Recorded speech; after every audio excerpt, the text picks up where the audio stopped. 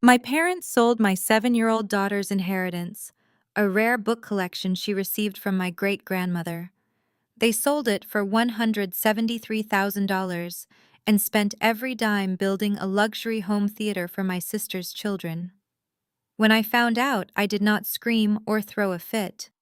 I just smiled and told them what the collection was actually worth and who they had actually sold it to.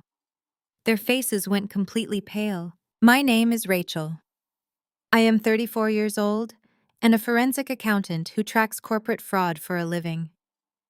I am also a widowed mother to a beautiful 7-year-old girl named Lily. My husband passed away 3 years ago, and since then, I have poured every ounce of my energy into providing a secure future for our daughter. Last Friday, I returned from a grueling 4-day work trip in Chicago. I drove straight from the airport to my parents' house in the suburbs to pick up Lily. I expected to walk into their usual quiet, pristine home. Instead, the moment I turned my key in the lock and pushed the heavy oak front door open, the floorboards were vibrating with booming bass. The noise was deafening, rattling the picture frames in the hallway. Before I continue this story, let me know where you are watching from in the comments below.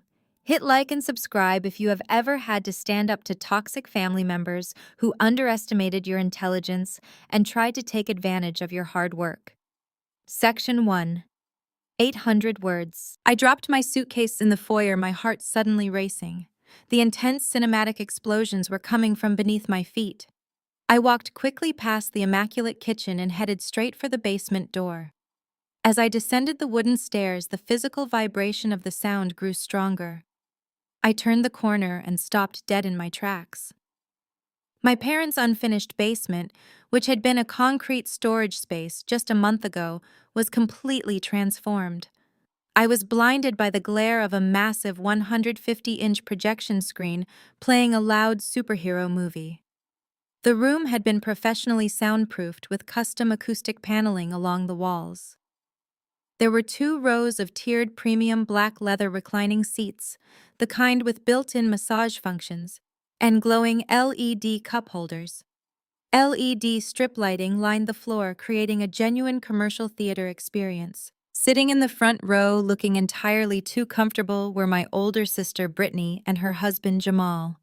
Brittany is 36, chronically in debt, and has spent her entire life playing the victim. Jamal is 38, an African-American man who constantly wears expensive designer clothes while claiming to be an entrepreneur, though he has not held a steady job in 5 years. They were passing a bowl of gourmet popcorn back and forth, laughing at the movie. My mother Susan was standing by a newly installed wet bar in the corner polishing a wine glass. She saw me standing frozen on the bottom step and offered a bright, cheerful wave. She walked over to me, having to shout slightly over the booming surround sound. She told me the theater was a brand new safe space for Brittany and Jamal's kids to decompress from school stress. She claimed the poor children were feeling overwhelmed by their small apartment and needed a proper environment to relax. I barely heard her. A sickening pit was forming in my stomach. My eyes drifted past the glowing theater seats and toward the adjoining room which my father used as his private study. The door was wide open. Inside that study was a heavy antique floor safe that my great-grandmother had passed down to our family.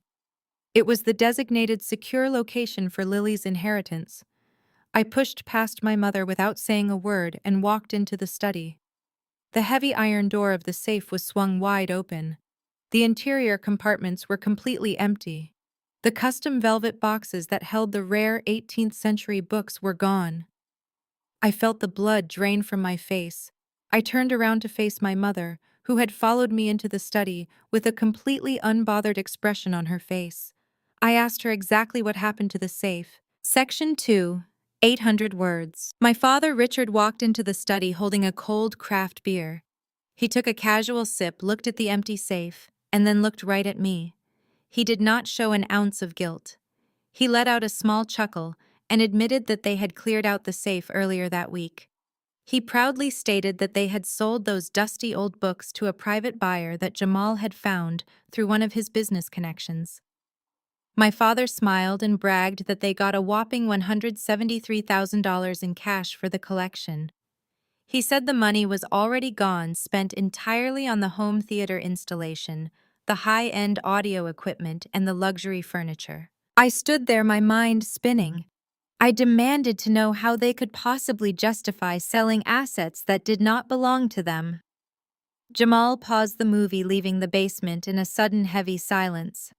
He stood up from his massage chair, walked into the study, and crossed his arms over his expensive cashmere sweater. He looked down at me with a smug, condescending smirk.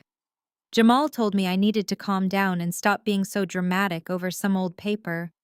He argued that Lily is only 7 years old and has absolutely no need for antique books she cannot even read. Jamal puffed out his chest and declared that his children actually needed a proper entertainment room to keep them off the streets and give them a good quality of life. He called his move a smart family investment. He looked at my parents for validation, and they both nodded in agreement. My mother chimed in, saying that since I make a high salary as an accountant, I should be more generous with my sister who is struggling financially. She said family always takes care of family, and that I was being incredibly selfish for wanting to hoard wealth in a dark safe while my nephews suffered in a cramped apartment. I took a deep breath, forcing my professional instincts to take over. I did not raise my voice. I looked Jamal directly in the eye and pointed out that the books did not just belong to Lily in spirit. They were part of an irrevocable trust left by my great-grandmother. I explained that an irrevocable trust is a strict legal entity, and no one, not even my parents, had the legal right to liquidate those assets without the explicit signature of the designated trustee, which was me. Jamal rolled his eyes and laughed, waving his hand dismissively, as if my legal facts were just a minor annoyance. He told me that no one cares about fancy lawyer words when it comes to family business. He bragged that he handled the paperwork himself, and that the buyer was a serious collector from Nevada who paid cash and asked no questions. He told me to stop threatening them with legal jargon and just accept that the money was put to better use. He smiled and told me I should be thanking him for getting such a great price for things that were just gathering dust. I looked at the three of them, perfectly aligned in their theft and entitlement. They had no idea the magnitude of the crime they had just committed, or the absolute nightmare I was about to unleash on their lives. I stepped forward, closing the distance between myself and Jamal. I did not blink, and I kept my voice dangerously level. I told them that I did not care what they thought about my priorities, my work schedule, or my young daughter's age. I demanded that the $173,000 be transferred back into her trust account by the end of the business day. If the money was not sitting in that account by 5 this afternoon, I promised them I would involve the authorities and report the theft of a federally protected asset without hesitation whatsoever. My father scoffed loudly, taking another long, arrogant drink of his craft beer. He looked at me as if I were a petulant child throwing a ridiculous tantrum over a broken toy. But it was my mother who truly crossed the point of no return in our relationship. Susan set her wine glass down on the polished marble counter of the new wet bar. The cheerful maternal mask she usually wore for the outside world completely melted away, revealing the cold, calculating woman underneath. She walked right over there and stood shoulder to shoulder with Jamal and my own father. A united front of thieves! She looked me up and down with absolute disgust. She lowered her voice to a venomous whisper and told me that if I dared to make a scene or dial 3 numbers on my phone to call the police, she would make a phone call of her own. She smiled a tight, cruel stretching of her lips and said she would contact Child Protective Services immediately. My stomach turned to pure ice. She stood in her brand-new basement bought with my daughter's stolen future and threatened to take my only child away from me. Susan detailed exactly what she would tell the local social workers. She said she would report me as an unstable, grieving widow who never properly recovered from her husband's sudden death. She said she would show them my work schedule, highlighting the 60-hour weeks I put in at the accounting firm. She would spin my dedication to providing for Lily as severe child neglect. She told me she would claim that Lily is constantly left with random sitters, that my home is an emotionally damaging environment, and that my mental state makes me completely unfit to be a mother. Jamal chimed in, nodding in enthusiastic agreement. He said a judge would absolutely listen to concerned, loving grandparents who just built a safe, family-oriented home theater for their grandchildren. My father crossed his arms and added that they had enough money and influence in this town to drag out a vicious custody battle for years. He told me the legal fees alone would bankrupt me before I ever saw Lily again. They were entirely serious. They were willing to destroy my family, rip my daughter from her home, and ruin my professional reputation, all to protect their luxury purchases. They waited for me to break down. They fully expected the old Rachel to surface. The younger sister who used to cry when she was bullied, the daughter who used to beg for their approval, the exhausted widow who would collapse under the weight of a custody threat. I felt a massive surge of adrenaline, but it was not panic. It was pure freezing clarity. Instead of screaming, my forensic accountant instincts completely took over. In my profession, when a hostile party threatens you with fabricated evidence, you do not ever argue. You secure your own data and safely retreat. You step back and you silently build an airtight case that will absolutely bury them. I realize that screaming gets you absolutely nowhere when you are dealing with narcissists who hold no firm grip on reality.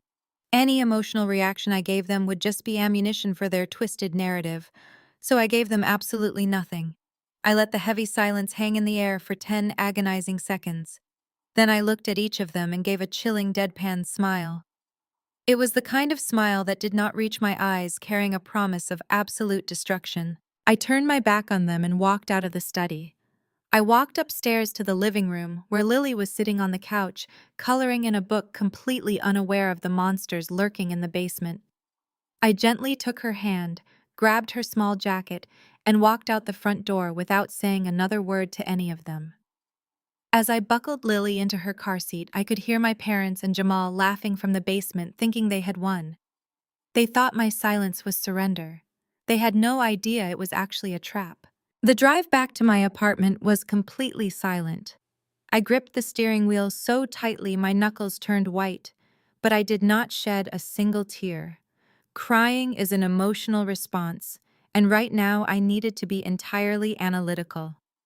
When we walked through the front door, I helped Lily change into her pajamas, tucked her into bed, and read her a story until she fell fast asleep.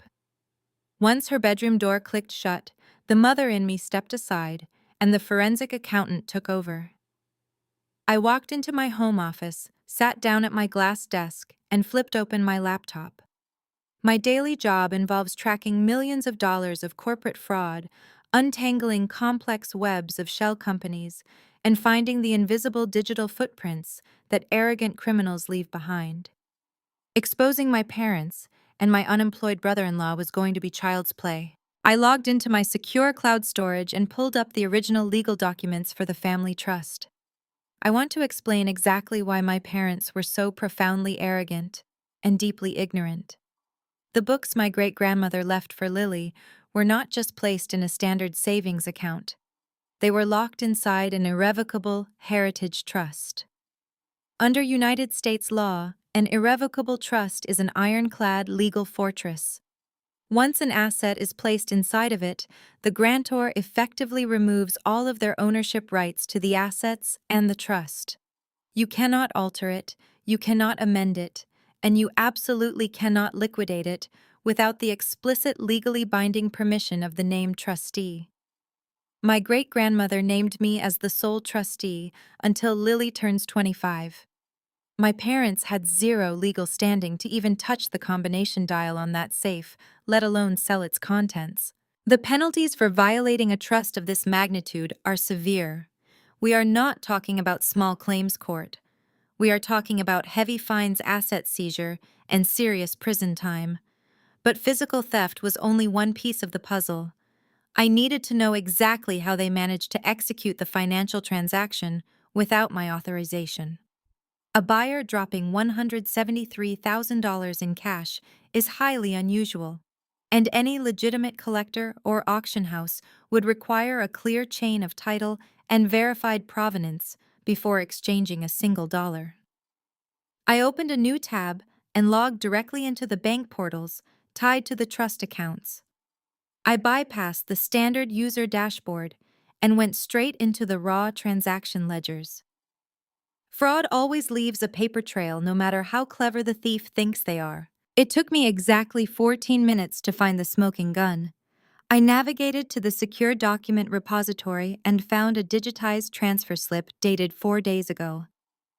My heart pounded with a slow, steady rhythm as I clicked to expand the high-resolution scan. There, printed in crisp black and white, was a formal bill of sale and a release of trust assets. And sitting right on the bottom line, authorizing the complete liquidation of the antique books, was my signature. I leaned closer to the glowing screen, my eyes narrowing. It was a remarkably good forgery.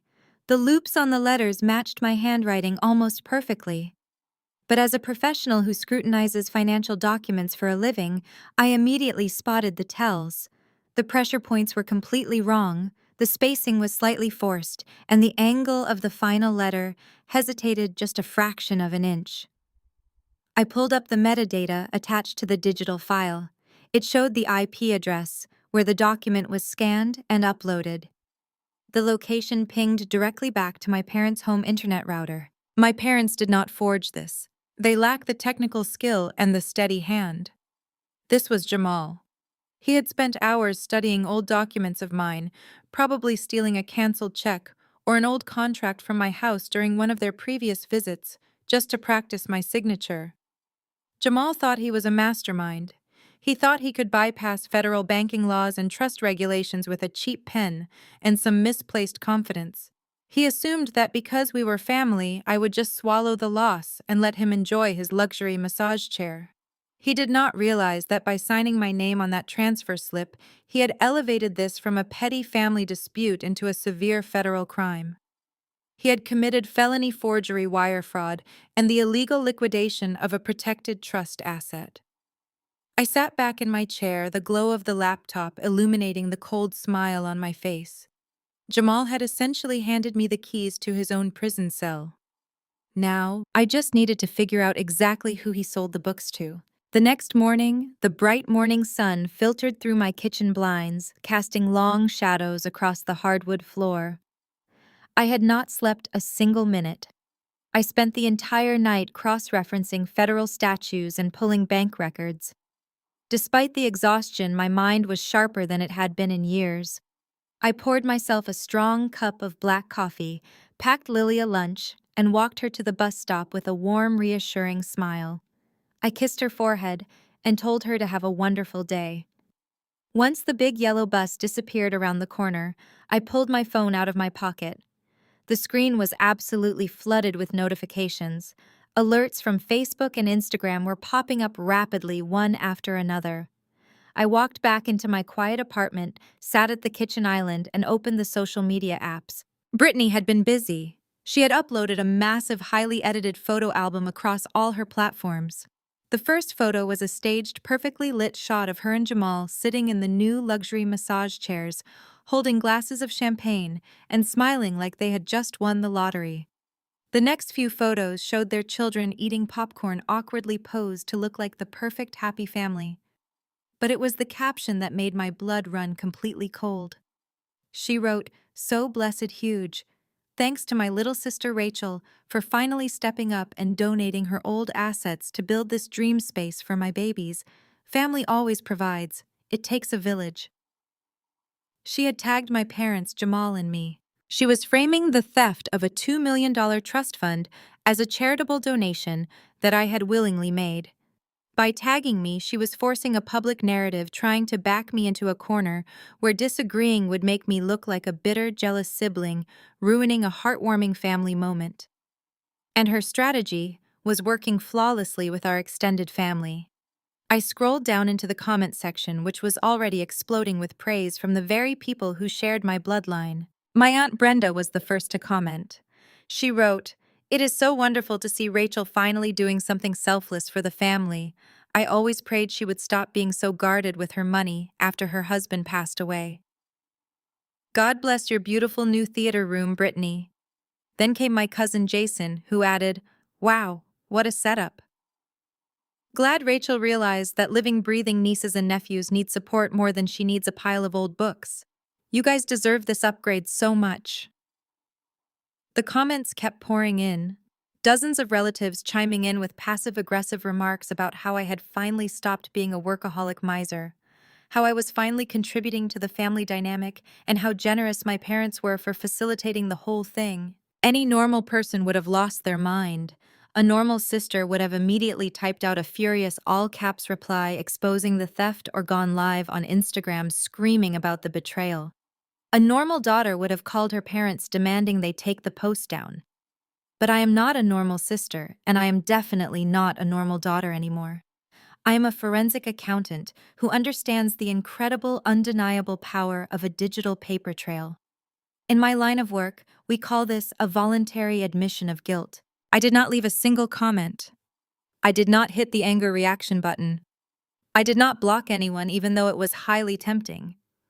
Instead, I calmly opened a secure digital folder on my phone and began taking high-resolution screenshots of every single post, every single photo, and every single comment. I meticulously captured the timestamps, the usernames, and the exact wording of their vicious lies. I downloaded the photos of the theater room, which served as undeniable photographic evidence of the illicitly purchased assets. Brittany thought she was publicly shaming me into submission, but what she was actually doing was providing federal investigators with a documented confession. She was publicly tying the stolen funds directly to the physical improvements made to my parents' house. By thanking me for the assets she knew Jamal had forged my signature to sell, she was establishing a clear, undeniable motive and timeline. She was proving that my parents and Jamal acted together as a united front to liquidate Lily's inheritance. I backed up the digital screenshots to 3 different secure cloud servers just to be completely safe. My toxic family wanted to play foolish games on the internet for cheap likes and superficial validation. I was playing for keeps in a real federal court, and they were proudly handing me all the evidence I would ever need. With the social media evidence safely secured on my encrypted servers, I turned my attention back to the financial forensics. I needed to know exactly where that $173,000 came from. More importantly, I needed to know exactly who Jamal had handed my daughter's heritage over to. I closed the social media tabs and opened my proprietary accounting software, a sophisticated program licensed only to certified financial investigators. I fed the routing numbers from the forged transfer slip into the database. To a normal person, a wire transfer looks like a simple line on a bank statement. To me, it is a glowing neon path leading straight to the source. I traced the digital footprint of the incoming funds. Jamal had received the wire transfer from a regional bank account registered to a limited liability company based in Reno, Nevada. I ran a quick corporate registry search on the company and found it was registered just 2 months ago to a man named Leo. The company had no functional website, no listed employees, and a generic virtual office for a physical address. I dug deeper, cross-referencing Leo's corporate tax identification number against federal public records. The pattern was glaringly obvious to anyone trained to look for financial anomalies. Leo was not a legitimate antique dealer, a museum curator, or a private collector. He was a professional fence for the black market. He operated a series of shell companies designed to wash money and move stolen high-value artifacts across state lines without alerting the authorities. Jamal thought he was conducting a brilliant high-level business transaction. He truly believed his street smarts and networking skills had landed him a massive payday. He had probably met one of Leo's scouts in a cigar lounge or a sketchy online forum, completely unaware that he was swimming in waters far too deep and dangerous for an unemployed amateur. But the most pathetic part of Jamal's grand criminal enterprise was not just who he sold the books to, it was how badly he had been played. I stood up from my desk, walked into my bedroom, and went into my walk-in closet. Hidden behind a row of winter coats was a heavy fireproof biometric safe. I pressed my thumb against the scanner, turned the heavy steel handle, and pulled out a thick wax-sealed envelope. This envelope contained the original legal and financial documentation for Lily's trust prepared by my great-grandmother's estate lawyers decades ago. I carried the envelope back to my desk, carefully broke the seal, and pulled out the crisp official documents. I want to explain something crucial about the books my family stole. They were not just old novels or dusty encyclopedias you could find at a local estate sale. They were pristine first edition historical archives dating back to the American Revolution. They contained original handwritten marginalia from founding historical figures. They were museum-quality artifacts. I spread the pages out under the glow of my desk lamp and found the official appraisal document certified by a federal heritage appraiser and heavily insured by a premier underwriting firm. I looked at the bold black numbers stamped at the bottom of the page. The collection was not worth $173,000. The certified federally insured value of the collection was exactly $2,400,000. I sat there in the quiet of my office and let out a cold, sharp laugh. Jamal's sheer, unadulterated stupidity was almost difficult to comprehend. He had stolen a $2.4 million federal asset and sold it to a black market criminal for $173,000. He got exactly 7 cents on the dollar. He had been completely and utterly scammed.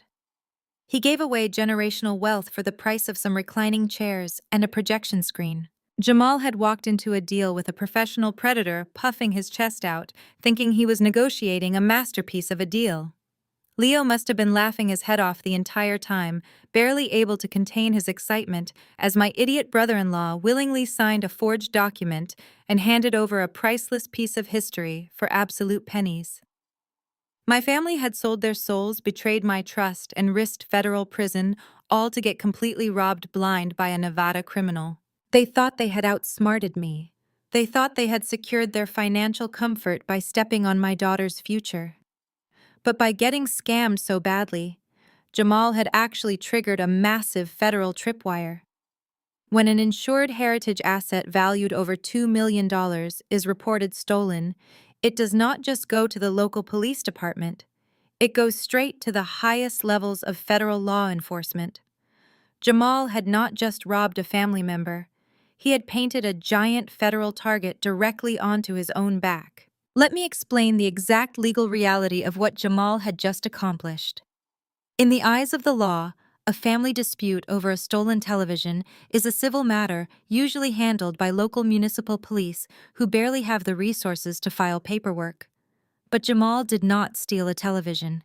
He stole a pristine collection of federally registered heritage artifacts valued at $2,400,000. By using a laptop computer to forge my signature on a digital banking transfer slip, he committed felony identity theft and severe electronic forgery. By accepting a massive wire transfer from a known black market fence located in Nevada, he crossed state lines with the financial proceeds of a major crime. This specific combination of mistakes elevated his actions from a petty local theft to federal wire fraud and the interstate transport of stolen property. These are not minor slap-on-the-wrist charges where you get probation. These are heavy mandatory minimum federal offenses. The federal government takes the protection of historical antiquities incredibly seriously. There is an entire specialized division dedicated exclusively to tracking down stolen cultural heritage and permanently locking away the people who try to sell it. My parents and my brother-in-law genuinely thought they were playing a clever game of family politics. They thought they could simply bully me into submission, threaten my custody of Lily, and use the tired excuse of family loyalty to make their financial crime magically disappear. They completely failed to realize that the federal government does not care about our toxic family dynamics. The FBI does not care that my sister Brittany wanted a luxury safe space for her children to watch superhero movies. I gently closed the original appraisal document and placed it safely back into the thick, wax-sealed envelope. I locked it securely inside my biometric wall safe, ensuring the physical proof was hidden from anyone who might try to break into my apartment. Then I picked up my cell phone. I did not dial 911. Calling the local police department would have been a catastrophic mistake that would have tipped off my parents. A local uniformed detective would have knocked on their front door, asked a few standard questions, and given Jamal the perfect opportunity to panic hire a cheap lawyer and desperately try to destroy the digital evidence. I needed a surgical, overwhelming, and absolute strike that they would never see coming until the heavy steel handcuffs were already clicking shut around their wrists. First, I called my private trust attorney, a ruthless corporate lawyer named David, who had managed my great-grandmother's estate for over 2 decades. I explained the entire situation to him in clear, cold terms. I sent him the forged transfer slip, the incoming bank routing numbers, and the extensive screenshots of Brittany's bragging social media posts. David was absolutely silent on the other end of the line for a long moment before letting out a low whistle. He confirmed that my parents had unknowingly attached a massive federal lien to their own residential property by using stolen trust funds to physically renovate their basement. David promised to immediately file the necessary legal injunctions to freeze all of their bank assets and aggressively prepare the civil lawsuits. But the civil lawsuit was just the financial warm-up act. The main event required a much heavier hammer. I disconnected the call with David and immediately dialed a direct unlisted phone number I had acquired during a previous corporate fraud investigation. The phone rang exactly twice before a deep, strictly professional voice answered the line. It was the regional field office for the Federal Bureau of Investigation, specifically the art crime team. I introduced myself using my full professional credentials. As a licensed forensic accountant who frequently collaborates with federal agencies on complex financial crimes, my name carried immediate weight. I calmly reported the grand theft of a registered $2.4 million historical archive. I provided the federal agent with the exact routing numbers from the Nevada wire transfer and gave them the complete corporate details of Leo's fraudulent shell company. The agent abruptly stopped typing. He asked me to repeat the name of the buyer and the location of the limited liability company. When I did, the tone of his voice shifted completely. It went from standard bureaucratic politeness to sharp, focused intensity. He told me they were very familiar with Leo and his smuggling operations in Reno. He asked if I had definitive proof that the seller was a relative. I sent him the forged documents and the IP logs directly to his secure server while we were talking. The agent thanked me, instructing me to remain completely silent. I hung up the phone with the FBI agent and took a deep, steadying breath. The wheels of federal justice were officially in motion. I placed my phone face down on the glass desk, feeling a profound sense of peace. I had built a fortress around my daughter, and the people who tried to tear it down were about to experience the full weight of the United States government. Less than an hour later, the phone buzzed violently against the glass. The screen displayed my father's name. I let it ring 4 times before I finally pressed accept and held the device to my ear. My father did not even bother to say hello. He did not ask how Lily was doing. He launched directly into a frustrated rant. He sounded incredibly annoyed, speaking to me as if I were a negligent employee who had messed up a major project. He complained that the contractors who installed the home theater had run into a massive problem with the electrical wiring in the basement. They had to completely upgrade the main breaker box to handle the sheer power draw of the new surround sound system, the massive projector, and those ridiculous leather massage chairs. He let out a heavy sigh and casually dropped the bomb. The final invoice for the electrical work came out to $15,000 over their original budget. He then admitted, without a single shred of embarrassment or guilt, that they had already spent every single penny of the $173,000 Jamal had secured from the Nevada buyer. The money stolen from my 7-year-old daughter's inheritance was completely gone, evaporated into thin air for a basement renovation.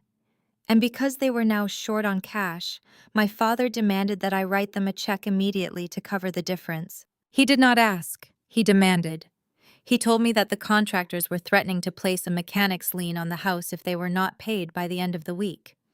He scoffed into the receiver and said that since I make 6 figures anyway at my fancy accounting firm, writing a $15,000 check should be absolute pocket change for me. He actually told me it was the least I could do to support the family after making such a big fuss the day before.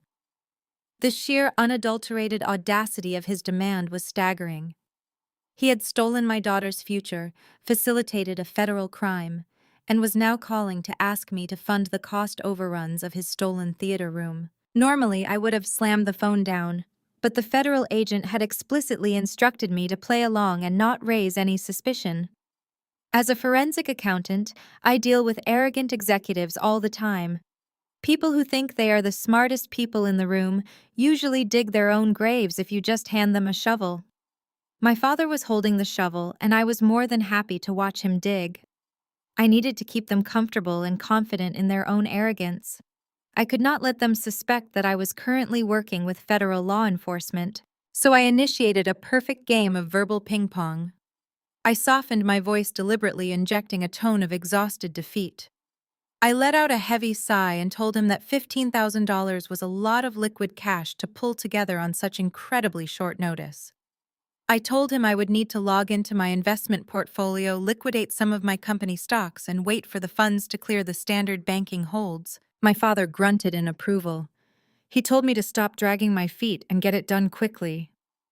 Before he hung up, he pulled the phone away from his mouth, but he did not cover the microphone. Through the receiver, I could hear him speaking to my mother in the background. His voice was filled with a smug, triumphant gloating. He told Susan that I had finally caved just like he knew I would. He bragged about how easily he could put me in my place and remind me of my obligations to the family. I heard my mother laugh, a sharp, dismissive sound that echoed through the line. They had absolutely no remorse, not a single ounce of guilt for what they had done to Lily, or the vile threats they had made regarding my custody of her. They truly believed they were the untouchable patriarch and matriarch of our family, free to take whatever they wanted without facing any consequences. I sat quietly and listened to them celebrate their perceived victory over me. I told my father I would send the money as soon as the stock sale settled. He gave a curt grunt and ended the call without even saying goodbye. I set the phone down and smiled. I had them exactly where I wanted them. Early the next morning, I drove to the federal building. I passed through security checkpoints before being escorted into a windowless conference room inside the FBI field office. The walls were painted a sterile, institutional gray, and the air conditioning hummed with a low, mechanical drone. Sitting across from me at the metal table were two agents from the art crime team. To my left sat David, my trust attorney, wearing a sharp navy suit and carrying a thick leather briefcase. I reached into my bag and pulled out the physical copies of the evidence I had compiled. As a forensic accountant, I know exactly how law enforcement builds a case, so I organized everything into clear chronological exhibits. I slid the first manila folder across the table. It contained the high-resolution scans of the forged bank transfer slip, complete with the metadata and the IP addresses that traced the login directly to my parents' home router. I watched the lead agent, a tall man with piercing dark eyes, review the documents. He nodded in quiet approval at the pristine paper trail. Next, I handed over the original certified appraisal from my great-grandmother's estate. I pointed to the insured valuation of $2,400,000. The second agent let out a low whistle, shaking his head at the sheer magnitude of the theft. I then presented the digital forensics I ran on the incoming wire transfer, showing the exact routing numbers from the Nevada bank account and the corporate registration details for the limited liability company owned by the man named Leo. The lead agent picked up the page detailing Leo's corporate shell company. He stared at the registered address in Reno and the associated tax identification number. Slowly, he lowered the paper and exchanged a highly amused look with his partner. The second agent smiled, a genuine, unexpected break in his stoic federal demeanor. The lead agent leaned forward, resting his elbows on the metal table, and asked me if Jamal had any prior experience in high-level antiquities trading. I almost laughed out loud. I told them that Jamal was an unemployed amateur whose only business experience consisted of maxing out my sister's credit cards on cryptocurrency scams. The agent chuckled softly and shook his head. He told me Jamal had just accomplished something spectacular in the world of federal crime. The agent explained that the man Jamal knew as Leo was not just a random black market fence. Leo was currently the primary target of a massive multi-agency federal sting operation that had been running for over 2 years. His phones were tapped, his emails were monitored, and his banking transactions were being actively recorded by the federal government. By contacting Leo and wiring stolen money across state lines, Jamal had not just committed a crime in the shadows. He had effectively broadcasted his felony directly into an active federal wiretap. Jamal bypassed the local police entirely and dropped a $2.4 million federal offense right into the lap of the FBI. David. My attorney leaned back and crossed his arms. He looked at the agents and asked what the next immediate steps would be regarding the physical recovery of the stolen books and the prosecution of the individuals involved. The lead agent explained that because Leo was already under heavy surveillance, recovering the antique archive would be relatively simple. They already knew exactly which climate-controlled warehouse in Nevada the books were currently being held in. The real issue was how to handle my family. Because Jamal and my parents conspired to liquidate a protected trust asset and use the illicit funds to renovate a residential property, the net was going to catch all of them. The agent looked me directly in the eye and asked if I was fully prepared for the collateral damage this was going to cause my family. He warned me that federal indictments do not care about blood relations, and once the arrest warrants were signed, there was absolutely no turning back. I did not even hesitate. I told him that the people who stole my daughter's future ceased being my family the moment they threatened to call Child Protective Services on me. I wanted them prosecuted to the fullest extent of the law. The agents nodded, completely satisfied with my resolve. They told me they needed just a few days to coordinate with the federal prosecutor and secure the arrest warrants. They gave me one final strict instruction. I had to maintain normal contact with my parents and Jamal. I could not let them suspect anything. I had to let them continue planning their grand home theater premiere party, completely unaware that the guest list was about to include federal law enforcement.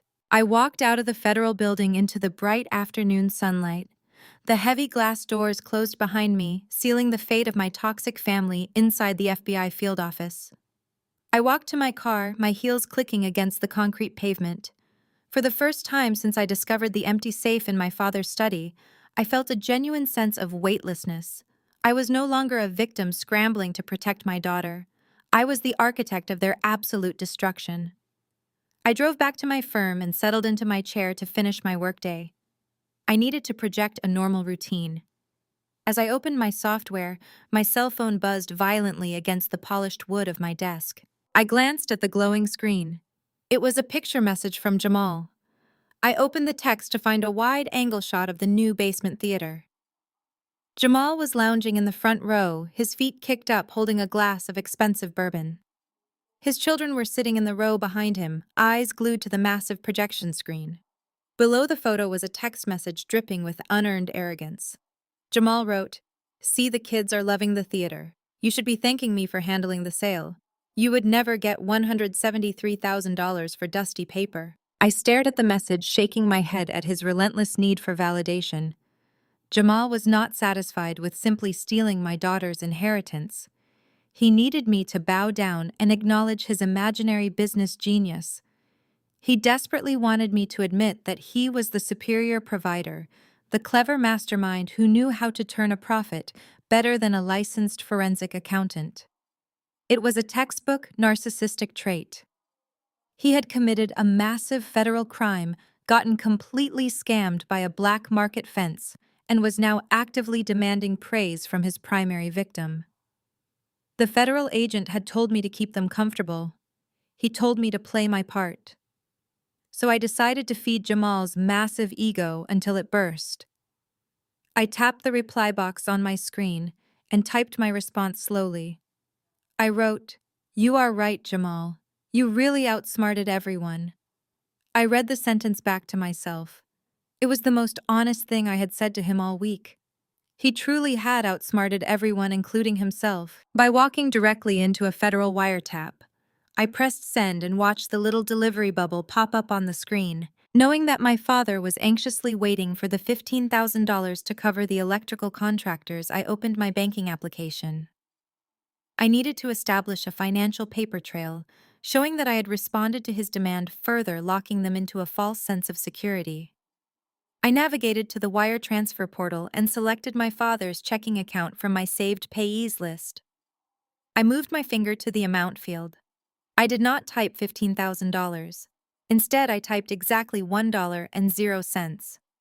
I scrolled down to the memo line. This is where people usually write things like rent or birthday gift. I tapped the keyboard and typed out a very specific message. I wrote, for the grand finale. I authorized the transfer and closed the application. I knew exactly how my parents operated regarding money. They were careless, greedy, and incredibly impatient. When you initiate a bank transfer, the receiving institution often sends an automated email or text alert stating that a transfer from a specific person has been initiated long before the funds actually clear and display the final amount. Less than 10 minutes later, I received a brief dismissive text from my father. He wrote, "Transfer notification received. About time you stepped up. See you at the party." I let out a sharp laugh that echoed through my quiet office. They were so blinded by their own greed and entitlement that they did not even bother to log into their account to verify the pending amount. They did not read the memo line. They just saw an alert from my bank and automatically assumed their $15,000 was on the way. By sending that single dollar, I had successfully pacified them without contributing a single cent to their stolen luxury project. They were now completely convinced that I had surrendered. My father was probably calling the electrical contractors right that second, assuring them the money was secured. Brittany was likely finalizing the expensive catering menu for her ridiculous theater premiere party. They were happily setting up the chairs, chilling the champagne, and preparing to celebrate their grand victory, completely oblivious to the fact that the guest list was going to include the art crime team of the Federal Bureau of Investigation. 2 days later, a thick cream-colored envelope arrived in my mailbox. Brittany had actually paid for expedited shipping to ensure I received her formal invitation. I tore open the seal and pulled out a card embossed with shiny gold lettering. It announced the grand premiere of the new family entertainment suite. She had invited over 40 extended family members, local neighbors, and several of Jamal's supposedly influential friends. Down at the very bottom of the card, written in Brittany's looping handwriting, was a personalized note. She wrote that she was reserving a VIP seat in the front row just for me. She added that it takes a big person to admit when they are wrong, and that she was thrilled I had finally decided to be a team player. She was completely riding high on her perceived victory. She honestly expected me to show up, sit quietly in the dark, and kiss the ring while she soaked up the admiration of our entire community. She wanted an audience to witness my absolute submission. I walked over to my desk, picked up my phone, and composed my reply. I did not just send a standard text message.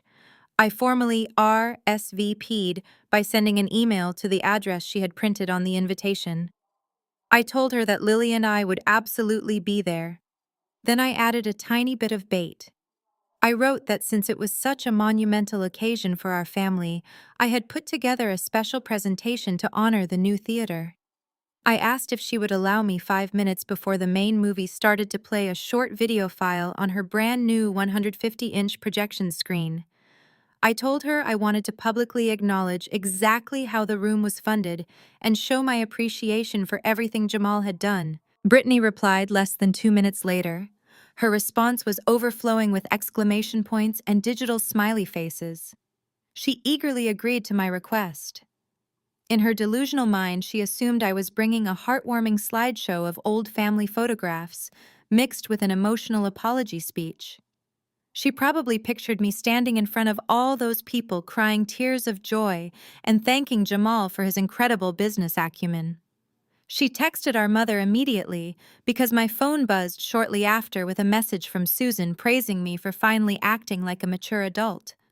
They were practically tripping over themselves in their excitement to see me publicly surrender. They had no idea that the special presentation I was carefully assembling on a sleek black USB drive was not a collection of childhood memories.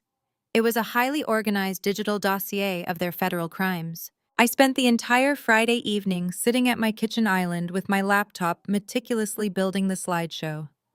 I started with a high-resolution scan of the forged bank transfer slip.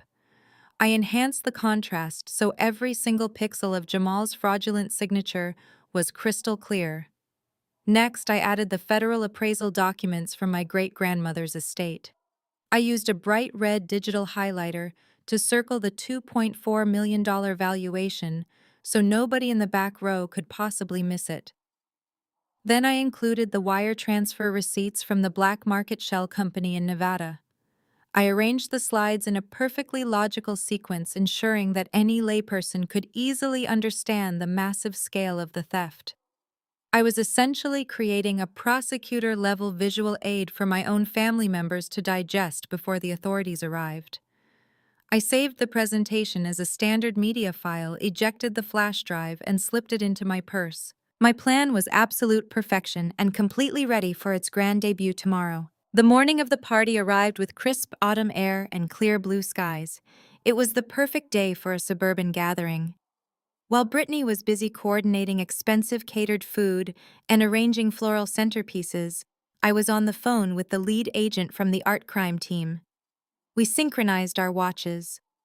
The agent confirmed that they had successfully secured the federal arrest warrants for Jamal and subpoenas for my parents.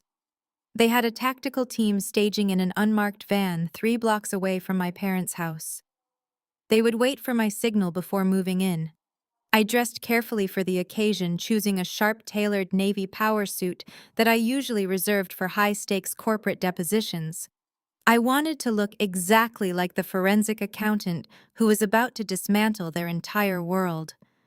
I looked at myself in the mirror, took one deep breath, and confidently walked out the front door. The devastating trap was now fully set, and it was finally time to completely drop the heavy curtain. The devastating trap was now fully set, and it was finally time to completely drop the heavy curtain. As I drove through the familiar winding suburban streets toward my parents' house, I placed my phone on the dashboard mount and initiated a secure voice call with my trust attorney. David answered on the first ring. He confirmed that the final pieces of our legal paperwork had just been stamped by the federal judge.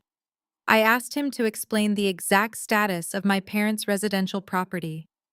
David spoke with the cold, clinical precision of a man who dismantles financial empires for a living. He explained that because my parents knowingly accepted $173,000 from a fraudulent wire transfer and subsequently used those exact funds to permanently improve their physical property, their home was no longer just a family house.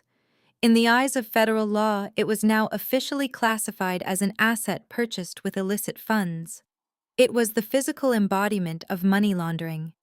David had already filed an emergency injunction and a lease pendens on the property deed.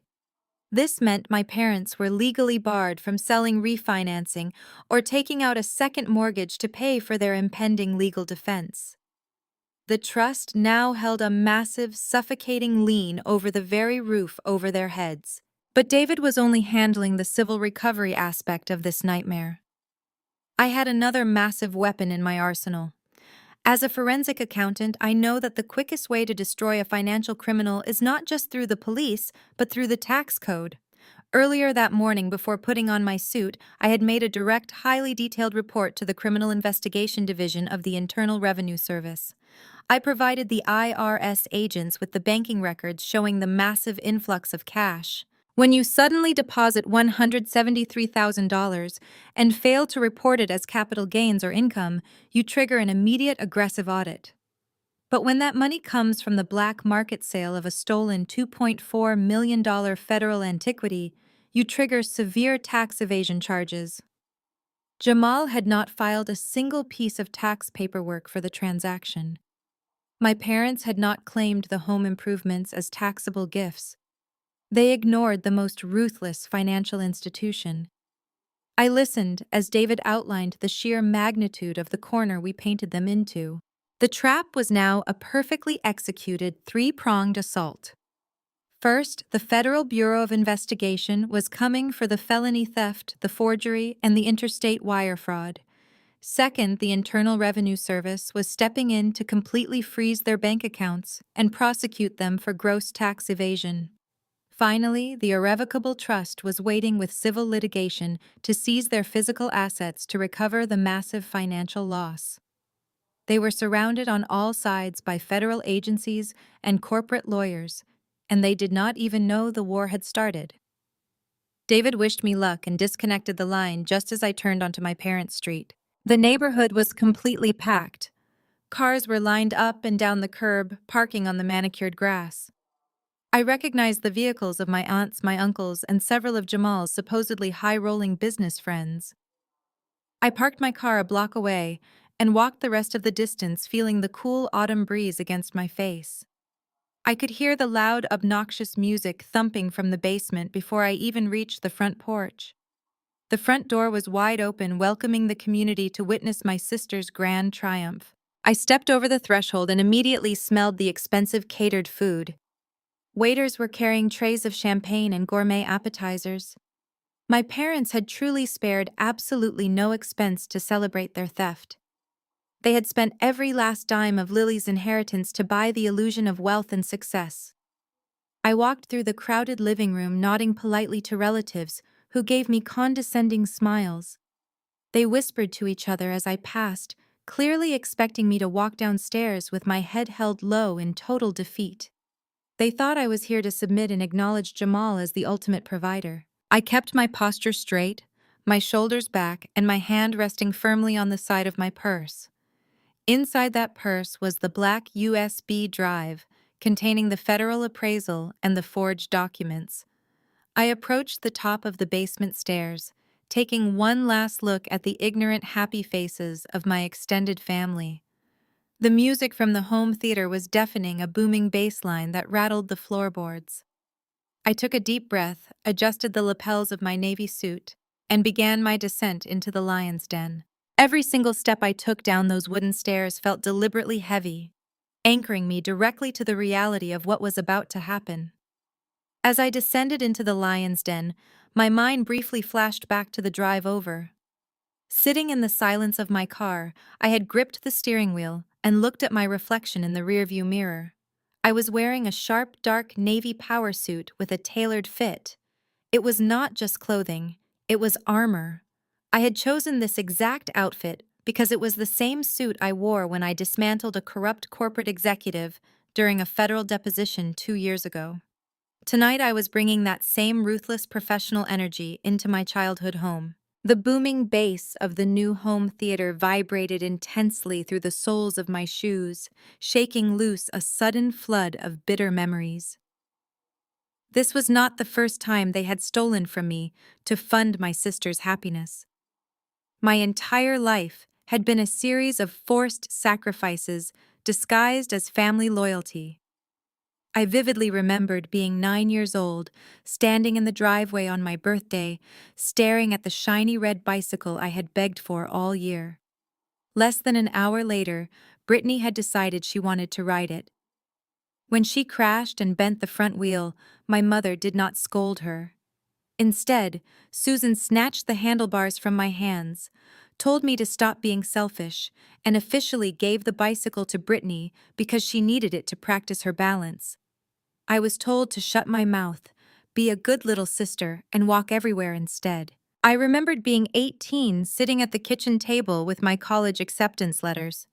I had worked 3 part-time jobs throughout high school, painstakingly saving every minimum wage paycheck in a joint bank account my mother controlled. When it was time to pay my freshman tuition, I went to the bank and found the account completely empty. My parents had quietly drained $8,000 of my hard-earned savings to pay off Brittany's massive emergency credit card debt after she failed a semester abroad in Europe. When I confronted them, my father had slammed his fist on the table, demanding absolute respect and shouting that family wealth was meant to be shared. They forced me to take out massive student loans while Brittany packed her bags for another vacation. For decades, they had treated my time, my money, and my possessions as community property. I was the designated sacrificial lamb, the scapegoat, whose only purpose was to absorb the financial and emotional blows so the golden child could live a life of unearned luxury. They trained me to accept this toxic dynamic. They conditioned me to swallow the anger, to apologize for being upset, and to constantly seek their conditional approval. They honestly believed they had broken my spirit permanently. They assumed that because I was a widow raising a young daughter alone, I was too weak and exhausted to ever fight back against them. But as I reached the middle of the staircase, a profound wave of calm washed over my entire body. I touched the cold metal of the flash drive, hidden securely inside my leather purse. Tonight, that generational curse officially dies. I was not just fighting for my own dignity anymore. I was fighting for Lily. I refused to let my daughter grow up in a family ecosystem where her boundaries were constantly violated and her future was treated as a disposable piggy bank. My parents and Jamal had crossed the final unforgivable line when they decided to target a 7-year-old child's trust fund. By bringing the federal government down on their heads, I was actively burning the toxic family tree straight down to its rotting roots. I reached the final step and planted my feet firmly on the plush new carpet of the basement. The loud industrial air conditioning was blasting at full capacity, but the crowded room still felt suffocatingly warm from the sheer number of bodies packed into the space. The massive 150-inch screen was paused on a glowing blue menu screen, casting a stark, artificial light across the faces of my extended family. The smell of cheap popcorn, mixed with expensive catered sliders and spilled champagne. Loud, ignorant laughter echoed sharply off the newly installed acoustic panels. I stood in the shadows near the back of the room for just a moment, watching them blindly celebrate a hollow victory that did not actually exist. The calm before the storm was beautiful. I took one final deep breath, letting the forensic accountant inside me completely take over, and I confidently stepped forward into the bright light to finish this once and for all. I took the final step off the wooden staircase and entered the basement. The air was thick with the smell of expensive truffle fries and roasting meats. Brittany had hired a private chef to manage the carving station in the corner. The room was absolutely packed with people. I saw my cousin David stuffing his face with prime rib while his wife admired the glowing LED trim along the floorboards. In the center of the room, standing right in front of the massive projection screen, was Jamal. He was holding court like a king in his castle. A small crowd of his friends and some of my uncles were gathered around him, listening intently. Jamal was swirling a glass of amber liquid, speaking loudly over the thumping music. He was bragging about his supposedly unmatched business acumen. He claimed he had spent years studying the rare antique market and that he knew exactly how to extract maximum value from hidden assets. He actually used the word leverage, as if selling a stolen heirloom to a black market fence made him a Wall Street titan. Brittany was floating around the room in a designer silk dress that I knew cost more than her monthly mortgage payment. She was holding a silver platter of bacon-wrapped scallops, graciously accepting compliments on her incredible eye for interior design. She spotted me standing by the stairs, and her eyes lit up with malicious glee. She practically sprinted over to me, her heels clicking against the newly installed hardwood floor near the bar. She threw her arms around me in a suffocating, deeply fake hug. She pulled back, keeping her hands tightly on my shoulders so everyone could see us. She practically shouted over the music, thanking me so much for finally coming around and being a team player. She told the surrounding guests that it took a lot of maturity for me to realize that family wealth should benefit the children who actually need it. I did not flinch. I did not pull away. I simply looked at her with a completely dead expression and told her that tonight was going to be a night nobody in this room would ever forget. She beamed, completely misinterpreting my words as a total surrender. As she fluttered away to greet another guest, my Aunt Linda grabbed my arm. Linda is my mother's sister, a woman who thrives on gossip and judging everyone else's life choices. She leaned in close, her breath smelling strongly of cheap white wine. She patted my hand patronizingly and told me I should be incredibly proud of myself. She said it was about time I stopped hoarding my husband's life insurance money and actually helped my sister build a proper home. She whispered that my parents were finally proud of me for stepping up. I smiled at Linda, a thin, chilling smile that did not reach my eyes. I politely excused myself, extracting my arm from her grip. I navigated through the sea of relatives, dodging waiters and avoiding eye contact with my father, who was laughing boisterously near the wet bar. I made my way to the front of the room, directly toward the massive audio-visual rack that powered the entire theater system. The equipment was state-of-the-art, featuring a sleek digital interface and multiple input ports. I reached into my leather purse and wrapped my fingers around the cold metal of the black USB drive. Jamal noticed me approaching the equipment rack. He broke away from his circle of admirers and stepped in front of me, puffing out his chest. He looked me up and down, a smug grin plastered across his face.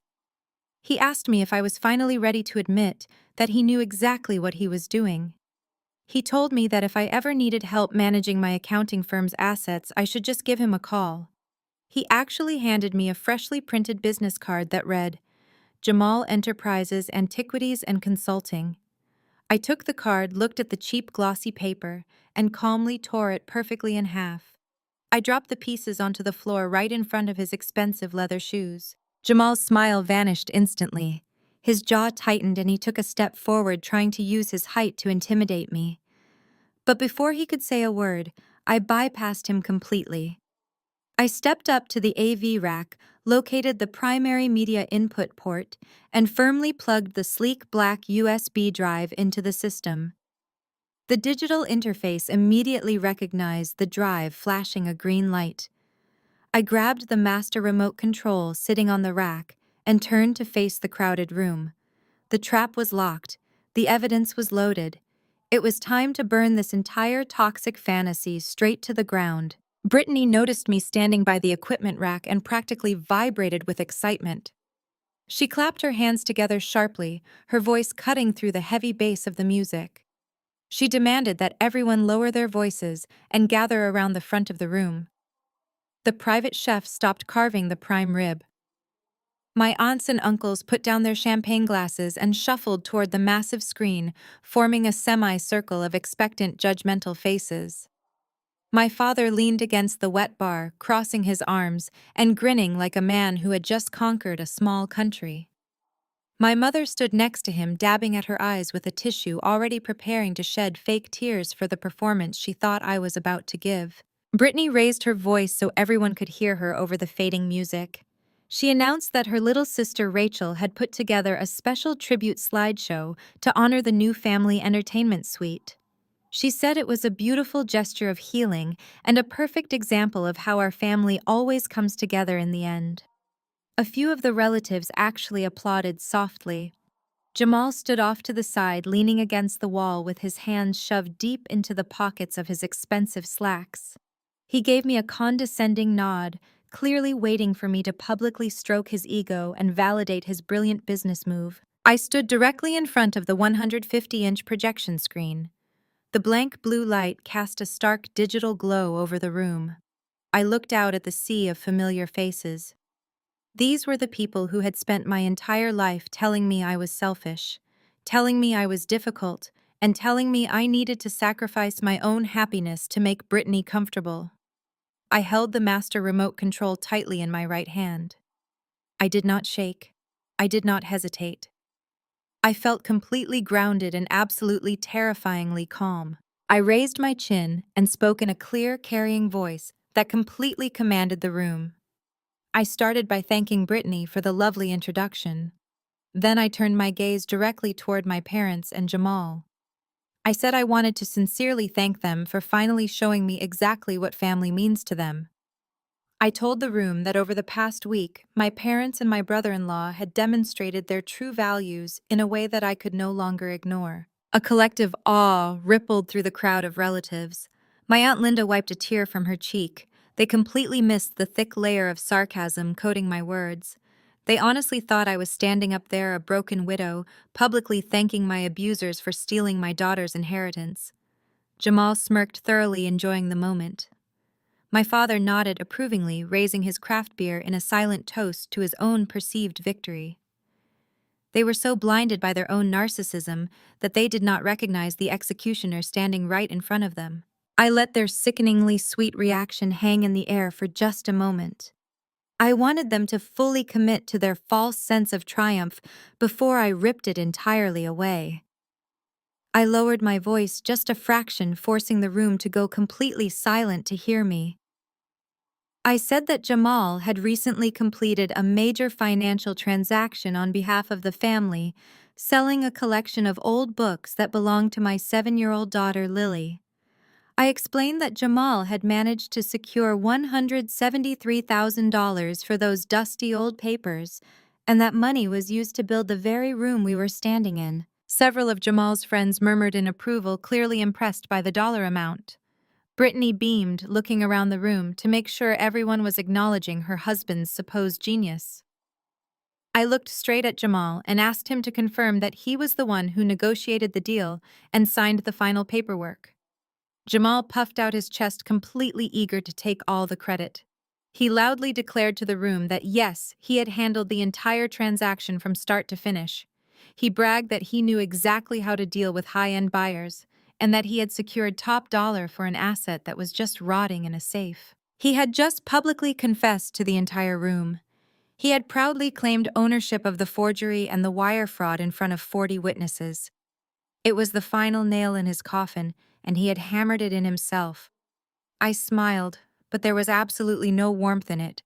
I told the room that since Jamal was so proud of his negotiation skills, I thought it was only fair that everyone saw the official documentation of the sale. I raised the remote control, pointed it directly at the AV receiver, and firmly pressed the play button. The glowing blue screen behind me instantly snapped to black. The grand finale had officially begun. The massive screen remained pitch black for 2 agonizingly long seconds before flashing to life with a stark white background. There was no heartwarming family photo. There was no montage of childhood memories set to emotional acoustic guitar music. Instead, towering at 150 inches tall, was a high-resolution scan of a classified legal paper. At the top of the screen, the official seal of a premier federal underwriting firm was displayed in crisp detail. Below the seal was the header identifying the document as a certified heritage asset appraisal, explicitly naming the antique book collection held within Lily's irrevocable trust. I had used a digital editing tool to draw a massive glowing red box around the final valuation line at the bottom of the page. I lowered my microphone, letting my voice drop a full octave, stripping away every single ounce of the fake sweetness I had used just moments before. My tone became icy, carrying a razor-sharp edge that instantly silenced the entire basement. I looked directly into the crowd and said Jamal bragged about getting $173,000 for Lily's books. I want everyone to look at the highlighted number on the screen. The room fell into a deathly silence as 40 pairs of eyes shifted from me to the projection screen. It took a few seconds for their brains to process the string of zeros printed inside that bright red box. Then the collective realization hit them like a physical shockwave. A loud, unified gasp erupted from my aunts, uncles, and cousins. My Aunt Linda slapped a hand over her mouth, her eyes wide with absolute horror. Whispers began to ripple aggressively through the crowd. $2,400,000. $2.4 million. I turned my gaze toward the center of the room. Jamal's confident, arrogant smile vanished, instantly wiped from his face, as if he had been struck by lightning. The color drained from his cheeks, leaving him looking sickly and terrified. He stared up at the screen, his mouth opening and closing silently. Right next to the wet bar, my father let out a choked gasp. His fingers went completely limp, and the glass of his expensive craft beer slipped right out of his hand.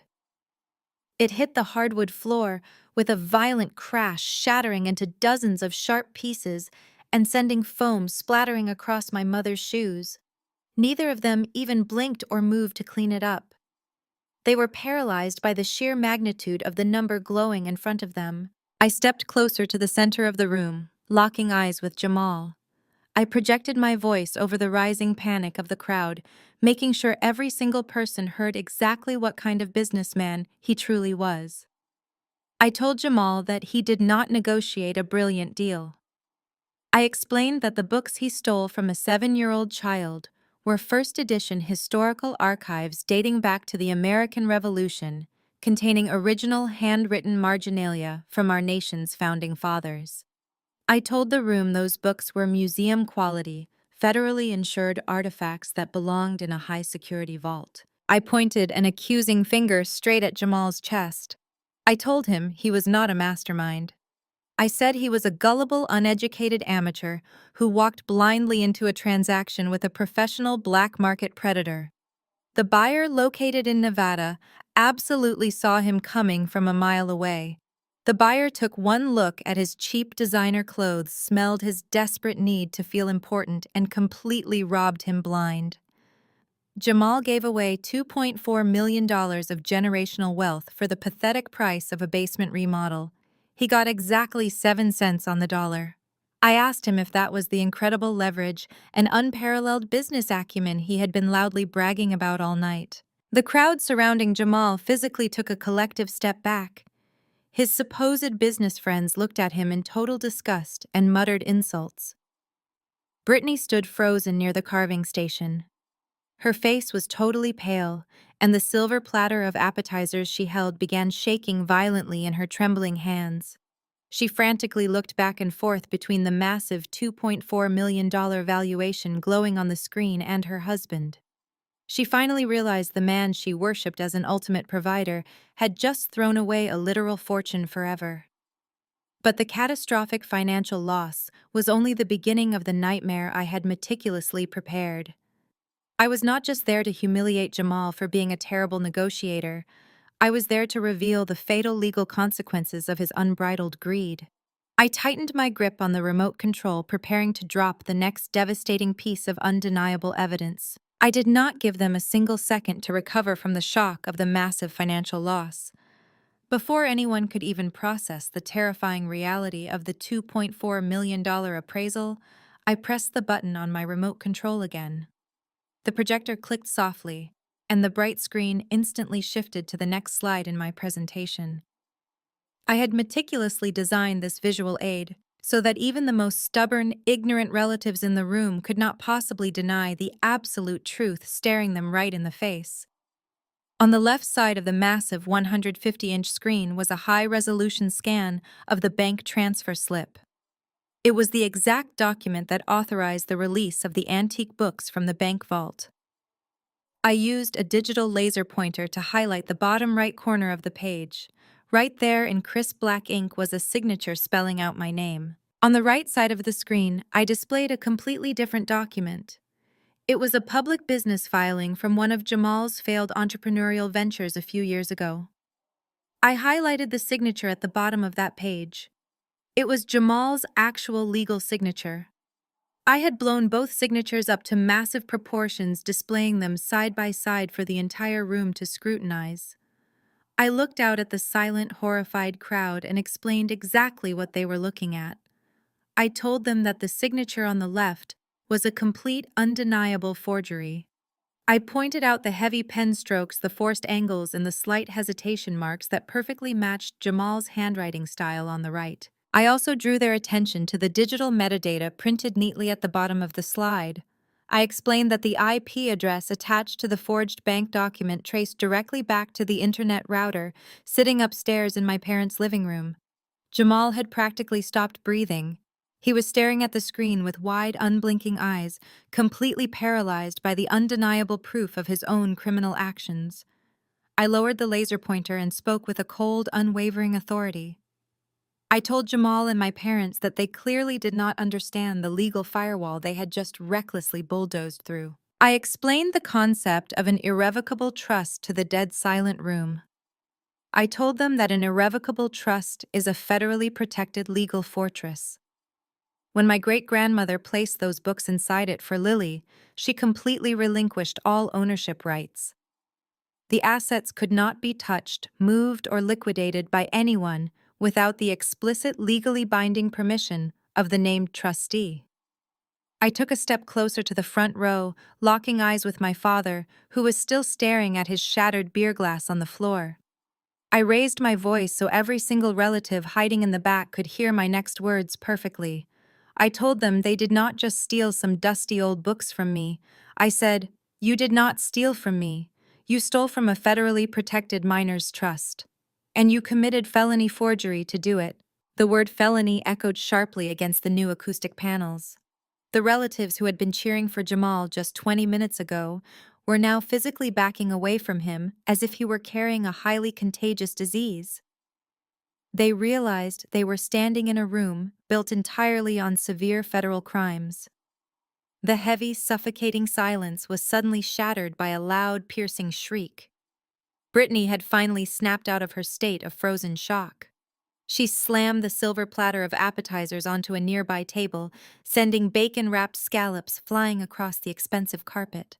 Her face was flushed bright red with absolute fury and humiliation. She marched toward the front of the room, her high heels stomping aggressively against the floorboards. She pointed a trembling finger directly at my face and began screaming at the top of her lungs. She called me a jealous, bitter liar. She frantically turned to the crowd of relatives, waving her arms in the air, and insisted that I had photoshopped the entire presentation. She screamed that I was completely insane and that I had spent hours fabricating fake bank documents and fake appraisals just because I could not stand to see her family finally experiencing a little bit of happiness and financial success. Brittany stomped her foot like a petulant toddler throwing a massive tantrum. She demanded that I turn off the projector immediately. She yelled that I was ruining her perfect premiere party and intentionally trying to destroy her marriage out of pure spite. She grabbed her husband's arm, trying to pull him away. She begged Jamal to defend himself, but Jamal just stared at the floor. He could not look at his wife. He could not look at the crowd, and he certainly could not look at me. The absolute silence from the man who had been bragging so loudly just moments ago spoke volumes. Brittany realized her husband was not going to save her, and her screaming slowly dissolved into a pathetic, hyperventilating sob. That was when my father decided he had seen enough. Richard had spent his entire life bullying people into submission, using his size and his booming authoritative voice. He stepped out from behind the wet bar, his face flushed a deep angry purple. He marched to the center of the room, standing between me and Jamal, puffing his chest out to assert his dominance. He pointed a thick, accusatory finger right at my face. He ordered me to shut down the projector immediately and get out of his basement. He shouted that he was tired of my disrespect and my ridiculous legal threats. He yelled, "Enough! We sold those antique books to a completely legit guy out in Nevada. We made a clean business deal. This is our house, we make the rules, and you are going to pack up your little slideshow and leave before I throw you out myself." He breathed heavily, glaring down at me, completely expecting me to cower just like I did when I was a teenager. He expected the booming dad voice to instantly shut down the rebellion and restore the toxic hierarchy he had enjoyed for decades. I did not move a single inch.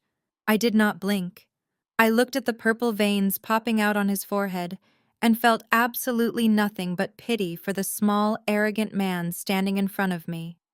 I smiled my absolute coldest, most ruthless smile.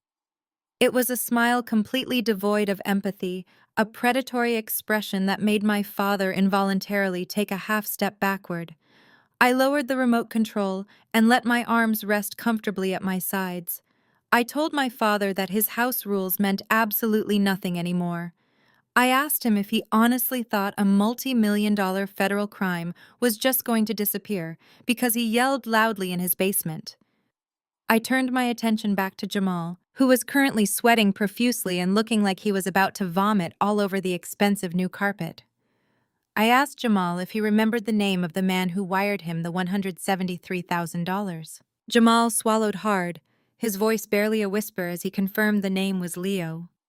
I nodded slowly, making sure every single person in the room was hanging on to my every word. I said, "That legit guy in Nevada. The one you thought was just a wealthy private collector with deep pockets. His name is not Leo. His real name is Special Agent Miller." I paused, letting the title hang in the heavy air of the home theater. I watched as the blood completely drained from my father's face, leaving him looking like a sheet of white paper. Susan let out a sharp, terrified gasp, clutching her chest, as if she had just been physically struck. I raised my voice, ensuring the final blow echoed with absolute clarity. I said, "Special Agent Miller is an undercover operative for the art crime team of the Federal Bureau of Investigation. He has been running a massive multi-agency sting operation on the black market for over 2 years. His phones are tapped, his emails are monitored, and every single bank transfer he makes is fully recorded by the federal government. You did not sell those books to a dealer, Jamal. You proudly confessed to a federal agent on a recorded line." The gravity of my words hit the room like a physical shockwave. The relatives, who were already backing away from Jamal, now sprinted toward the edges of the room, desperate to distance themselves from a man who had admitted to federal wire fraud. My mother's legs completely gave out from underneath her. She collapsed into a luxury massage chair, burying her face in her hands, weeping uncontrollably. My father stumbled backward, leaning against the wet bar for physical support. He looked around his expensive basement, finally realizing that every leather chair, acoustic panel, and the massive projector screen was bought with stolen money that the FBI was currently tracking. He tried to speak, but only a dry, rattling wheeze escaped his throat. Jamal dropped to his knees in the middle of the room, burying his face in his hands, rocking back and forth. His absolute arrogance was completely shattered. They had destroyed their own lives. I stood perfectly calm, knowing the real consequences were coming. Right on cue, a massive, thunderous knocking echoed from the floorboards directly above our heads. It was not a polite, neighborly tap. It was the heavy, authoritative pounding of law enforcement announcing their arrival. The loud thumping silenced whatever murmurs were left in the basement. My father snapped his head toward the ceiling, his eyes wide with absolute panic. Before anyone could even attempt to move toward the stairs, the heavy wooden front door upstairs was breached with a loud, violent crash. Heavy, synchronized footsteps immediately began descending the wooden staircase leading down to the basement. The sheer volume of the boots hitting the stairs indicated a significant presence. The crowd of relatives parted like the Red Sea, scrambling to press their backs against the newly installed acoustic walls. 4 federal agents wearing tactical vests emblazoned with the bright yellow letters FBI marched into the home theater. They were flanked by 2 local police officers in full uniform. The agents completely dominated the space, their presence instantly shrinking the expensive luxury room into a claustrophobic trap. The lead agent, the exact same man I had spoken with in the sterile conference room days ago, stepped to the center of the room. He did not look at the massive projection screen. He did not look at the frightened relatives. His piercing dark eyes locked immediately onto my brother-in-law. The agent called out Jamal's full legal name, his voice booming with unquestionable federal authority.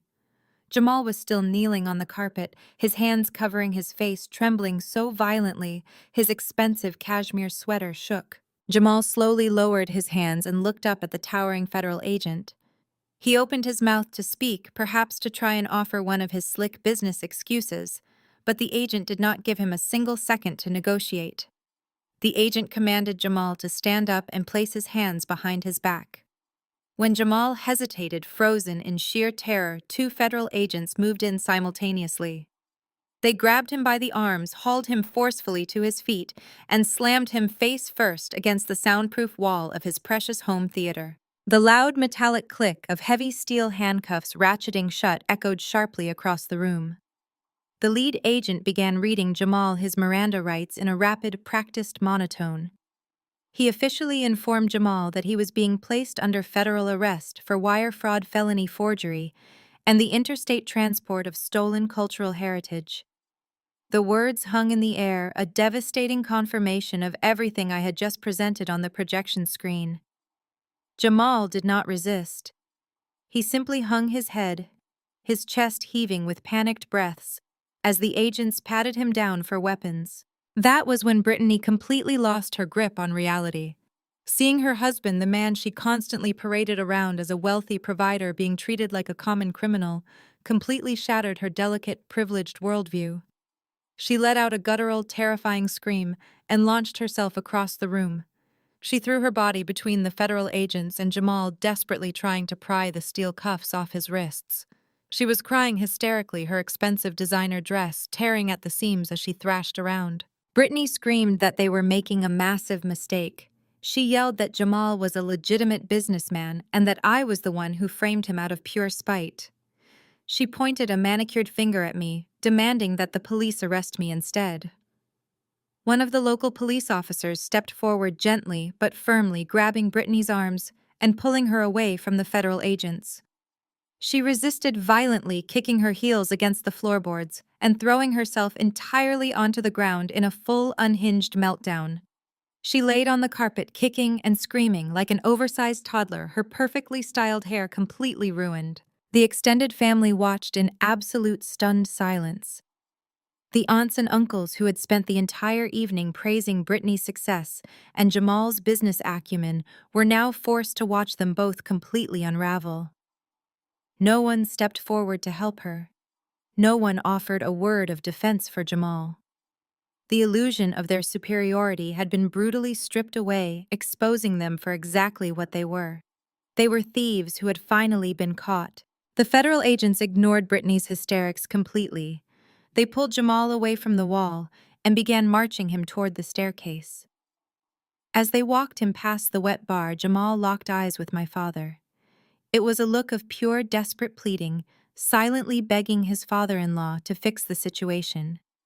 But Richard just stared back, his face completely pale, entirely powerless to stop the federal government from dragging the golden child's husband out of his basement in steel chains.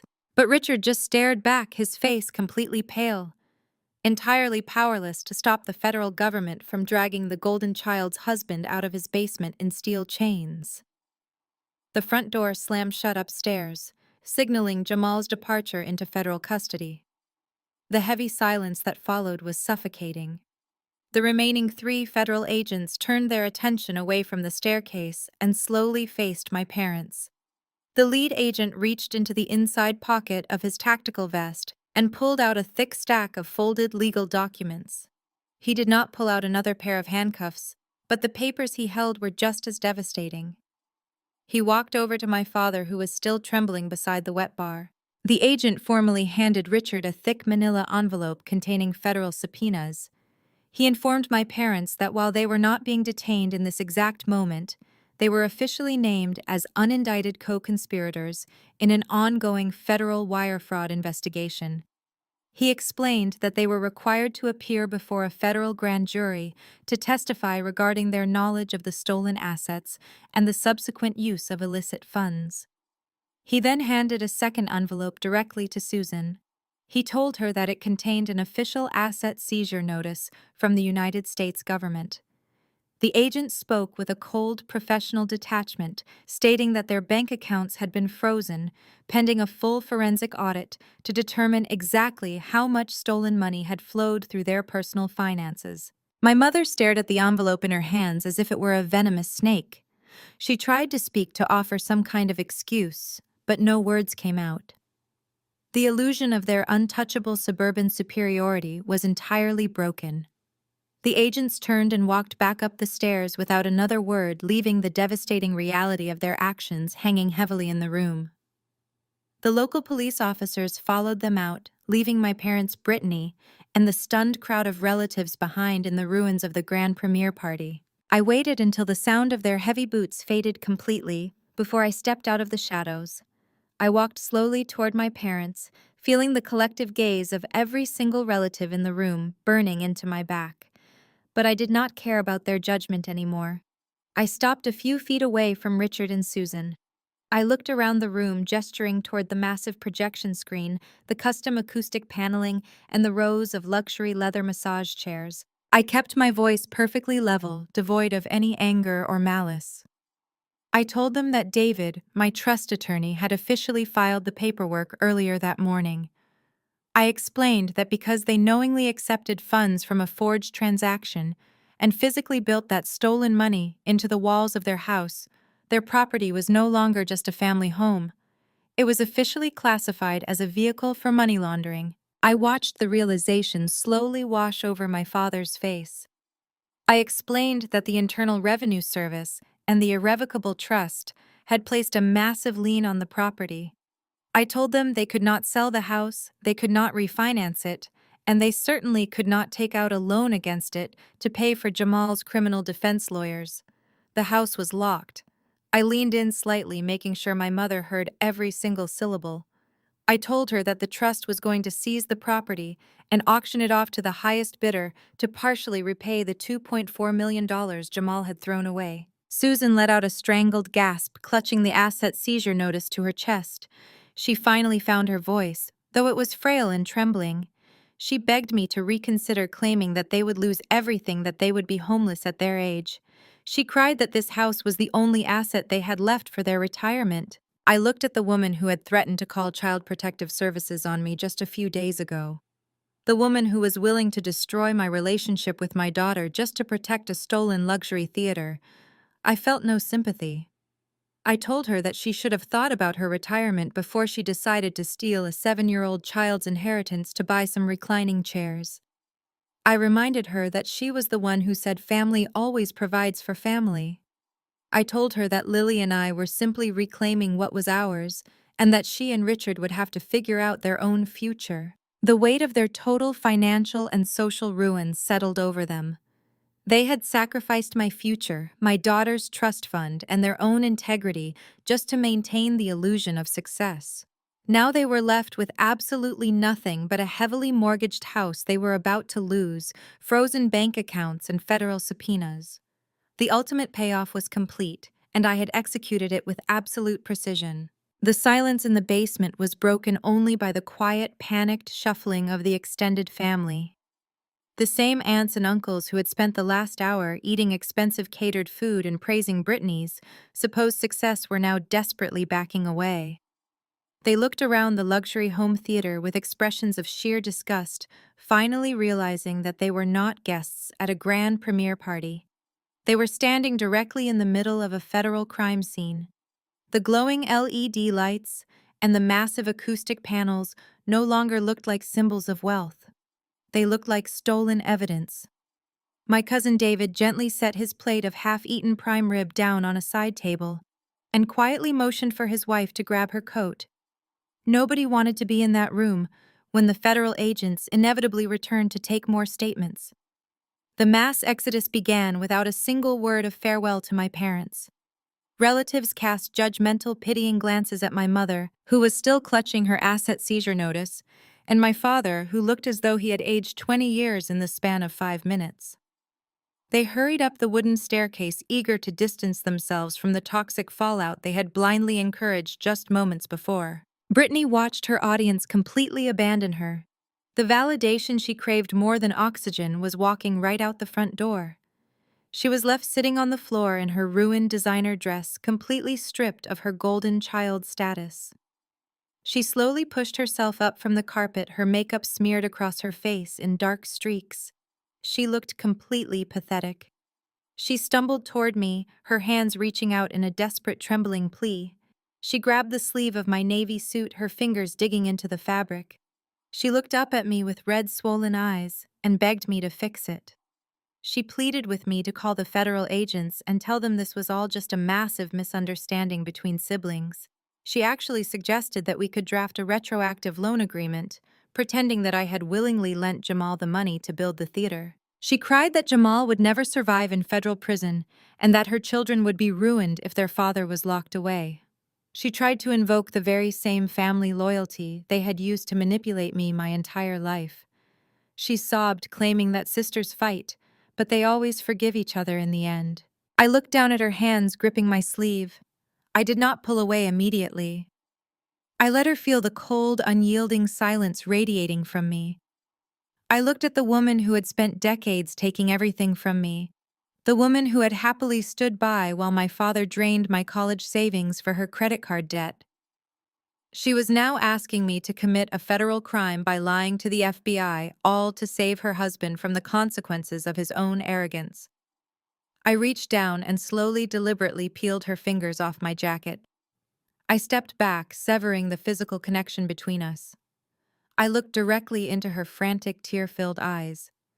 I kept my voice incredibly calm, but the words were forged from pure steel. I reminded her of the conversation we had in the study just a few days ago. I told her that she and my parents had willingly threatened to call Child Protective Services on me. I reminded her that they were perfectly willing to fabricate lies about my mental health and take my 7-year-old daughter away from me, just to protect a basement remodel. I let that truth sink into her panicked mind. I told her that you do not threaten to steal a child from a mother and then expect sisterly forgiveness. I squared my shoulders and delivered the final unbreakable boundary. I said, "You threatened to call CPS and take my daughter away. We are not family. We are a plaintiff and a defendant. That is the only relationship we will ever have for the rest of our lives." Her mouth dropped open, but no sound came out. She finally understood that the well of my forgiveness had completely run dry.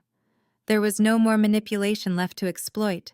I turned away from her, turning my back on my father, who was still frozen by the wet bar, and my mother, who was weeping into her hands. I walked toward the wooden staircase, my heels clicking sharply against the floorboards.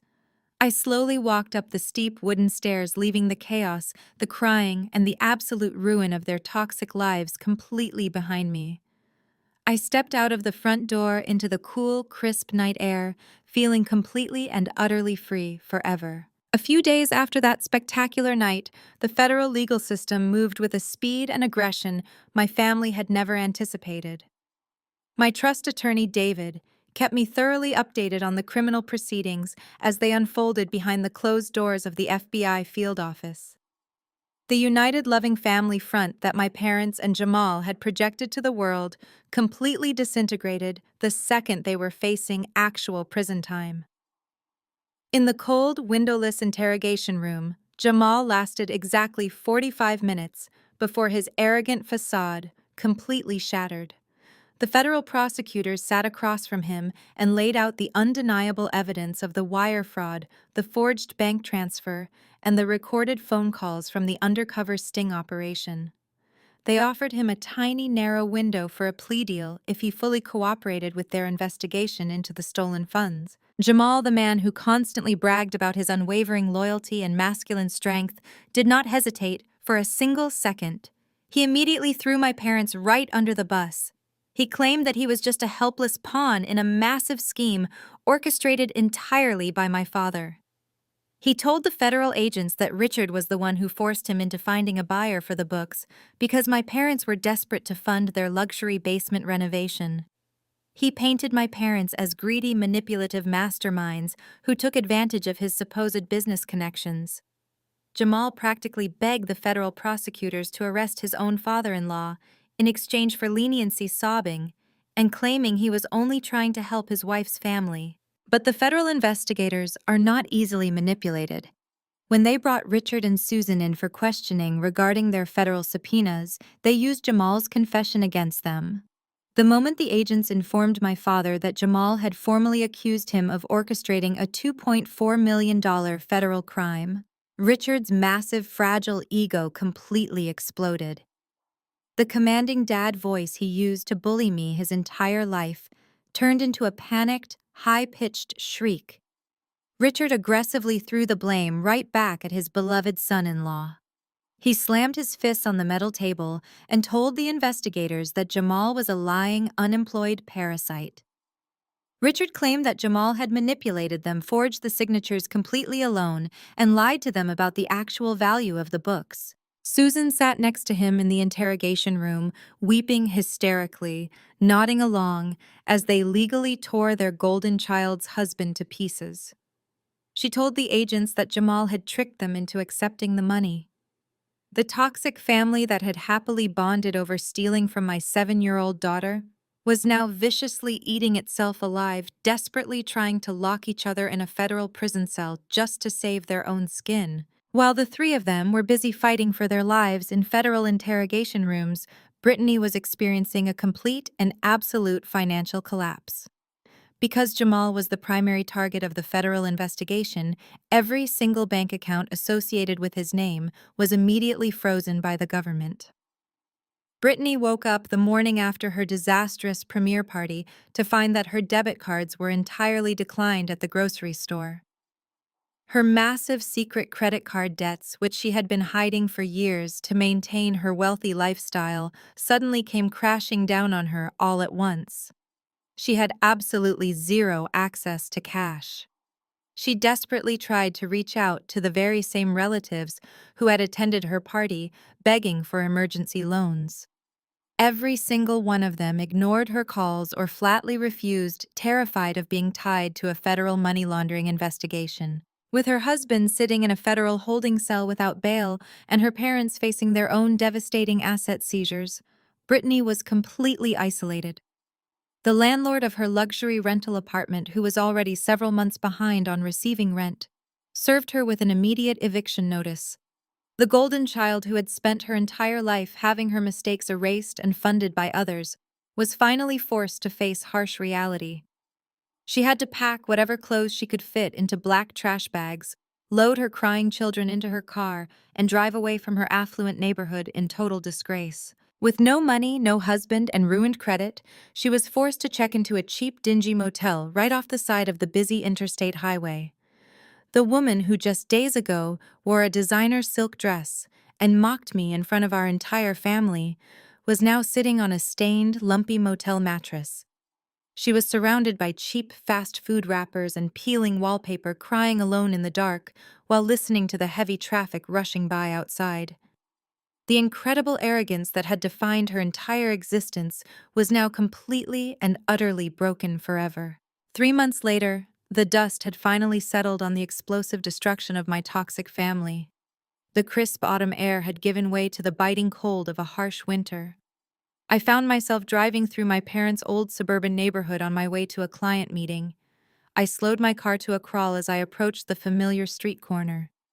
The sprawling lawn where my father used to spend hours obsessing over the perfect shade of green was now completely overgrown and covered in patches of dead brown grass.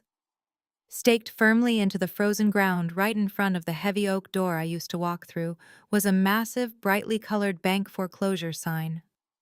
The property had officially been seized by the government, liquidated, and sold at a public federal auction just 2 weeks prior. I parked my own car across the street and simply stared at the empty house. The luxury home theater, the expensive acoustic paneling, and the massive projection screen had all been ripped out by the bank's asset recovery team. The house was nothing more than an empty shell, because my parents had knowingly funded those renovations with stolen money the Internal Revenue Service, and my trust attorney had moved with absolute merciless efficiency. The federal liens completely swallowed the equity they had built over 30 years. After the auction settled the federal fines and reimbursed Lily's trust, my parents were left with absolutely nothing. Their entire retirement savings were entirely frozen, their credit score was completely destroyed, and their once pristine social reputation was permanently reduced to absolute ashes in the community. They were forced to leave the affluent suburbs and relocate to a tiny, cramped 2-bedroom apartment on the absolute worst side of town. I had seen the address on the final court documents. It was a deteriorating brick building located right next to a noisy industrial train yard, a neighborhood where the streetlights frequently burned out and the loud police sirens wailed all night long. Richard, the man who used to puff out his chest and demand absolute respect, was now a broken man arguing with a negligent landlord over a broken radiator. His booming dad voice was permanently silenced. Susan, who had spent decades hosting elegant dinner parties and judging everyone else, was now entirely cut off from her social circles. The women she used to gossip with at the country club had completely blocked her phone number. They were now living in a self-made prison of poverty, entirely isolated from the world they once ruled. I shifted my car back into drive and pulled away from the foreclosed house, feeling absolutely no guilt whatsoever. I had simply held up a mirror and forced them to face the consequences of their own unbridled greed. My focus was entirely on securing my daughter's future. Later that same afternoon, I received a highly anticipated phone call from Special Agent Miller. The federal sting operation in Nevada had officially concluded with dozens of high-profile arrests across the state. The black market smuggling ring had been completely dismantled. Agent Miller asked me to meet him at a secure federal depository downtown. When I arrived, he escorted me into a climate-controlled high-security vault room. Sitting on a stainless steel examination table were the custom velvet boxes that my great-grandmother had originally commissioned. The FBI had successfully recovered the entire antique book collection before Leo could move it to an unknown overseas buyer. I carefully put on a pair of white cotton gloves and opened the boxes. I felt a profound wave of relief wash over me instantly. The first edition historical archives were completely intact and undamaged. The pages were pristine, the bindings were untouched, and the original handwritten marginalia from our nation's founding fathers was perfectly preserved. Jamal had been far too ignorant to realize how fragile the artifacts were, but thankfully, federal agents had intercepted them before any permanent damage could ever occur. I signed the official chain of custody release forms, legally transferring the assets back into my possession as the rightful trustee. I did not take them back to an easily accessible home safe again. Instead, I hired an armored transport service to move the collection directly to a private subterranean bank vault that required dual biometric authentication to access. The books were finally safe, completely secure, and waiting for Lily to inherit them when she officially turned 25 years old. I walked out of the massive steel bank vault and into the bustling city streets, taking a deep breath of the freezing winter air. The stolen heritage was restored, the financial future of my child was entirely protected, and the people who tried to steal it were paying the ultimate price. A few weeks after securing the books in the subterranean vault, the cold reality of my parents' new life truly began to suffocate them. I was sitting comfortably in my living room on a quiet Sunday afternoon, drinking a warm cup of herbal tea and watching Lily build a massive tower out of colorful wooden blocks on the rug. The apartment was peaceful, filled only with the sound of my daughter's happy giggling. Then my cell phone vibrated violently against the glass of the coffee table. I glanced at the glowing screen. The caller ID displayed an unknown number. I let it ring until it went to voicemail. A minute later, the automated transcription feature on my phone began populating a text preview of the audio message. Even before reading the words, I knew exactly who it was. I pressed play and held the speaker to my ear. It was my mother. Susan's voice was completely unrecognizable from the arrogant, confident woman who had threatened to call social workers on me. Her voice was incredibly frail, shaking violently with manufactured tears. She was crying hysterically, but it was not the cry of someone who felt genuine remorse for committing a massive federal crime against her own granddaughter. It was the desperate, pathetic cry of a narcissist who had finally run out of victims to exploit. Susan spent the first 2 minutes of the voicemail complaining bitterly about her new living conditions. She cried about the loud noises from the industrial train yard next to their cramped apartment, keeping her awake all night. She complained that the radiator was broken, leaving them freezing in the winter chill, and that my father was too depressed to even get out of bed. She then shifted her focus, attempting to play on my sympathy by bringing up Brittany. She sobbed that my sister was struggling to feed her kids in a cheap motel, and that Jamal's federal defense lawyers were demanding massive retainer fees they could not afford. Then came the ultimate textbook gaslighting attempt, the exact same manipulative tactic she had used to control me for my entire life. Susan let out a loud, dramatic wail and begged me to pay their rent. She pleaded with me to transfer just a few $1,000s to their account. Her tone shifted from desperate to entitled in a matter of seconds. She actually said, "Rachel, you have to help us. Family forgives. We made a mistake, but we are your blood. You have so much and we have absolutely nothing left. You cannot just abandon your own mother to freeze in this terrible place. A good daughter would never do this." I did not even listen to the end of her pathetic monologue. Right in the middle of her declaring what a good daughter should do, I pulled the phone away from my ear and pressed the delete button. The audio instantly cut off, returning my living room to its peaceful silence. I did not feel a single ounce of guilt. I did not feel the old familiar urge to apologize or rescue them from the consequences of their horrific actions. Instead, I opened my carrier settings, dialed the customer service line, and permanently changed my phone number right then and there. I severed the very last digital thread tying me to their toxic existence.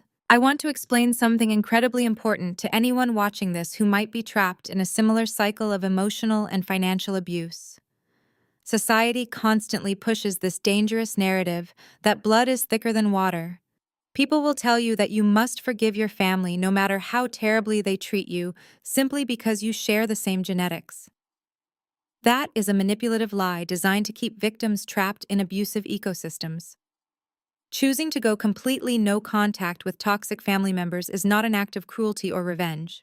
It is the ultimate, most profound form of self-care you can ever practice. When people show you that they view your success as their personal piggy bank, and when they prove they will gladly destroy your mental health to maintain their own comfort, you owe them absolutely nothing. Forgiveness does not require reconciliation. You can forgive someone from a distance while keeping the door firmly locked. Walking away from the incredibly toxic people who raised me was the hardest decision I ever had to make in my entire adult life. But it was also the key that unlocked my entire life. By cutting away the rotting branches of my family tree, I finally allowed myself and my daughter to bloom in the sunlight. We were no longer collateral damage in their twisted game. We were finally free from the heavy chains of their endless selfish expectations. The quiet that followed that final deleted voicemail was unlike anything I had ever experienced in my life. It was not the tense, heavy silence that comes right before an explosive family argument. It was a light, breathable peace. Over the next year, Lily and I settled into a completely new rhythm. I want to paint a picture of what our weekends look like now. We wake up early on Saturday mornings, the sunlight pouring warmly through the big glass windows of our apartment. There is no sudden dread gnawing in my stomach, wondering if my father is going to call and demand a favor. There is no anxiety about Brittany dropping by unannounced to guilt me into babysitting or paying for her latest emergency. I sit at the kitchen island with my coffee, watching my beautiful 7-year-old daughter sitting on the living room rug, happily turning the pages of her favorite storybooks. Her future is completely secure, locked safely away in a biometric vault, and her present is filled with nothing but absolute unconditional love.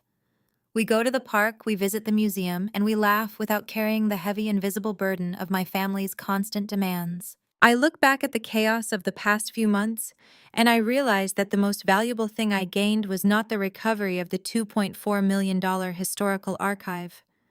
The true victory was the complete and total reclamation of my own sanity. I want to speak directly to anyone watching this who is currently suffocating under the weight of toxic family loyalty. Society conditions us from a very young age to believe that the family unit is sacred and unbreakable. We are told to turn the other cheek, to be the bigger person, and to keep the peace at all costs.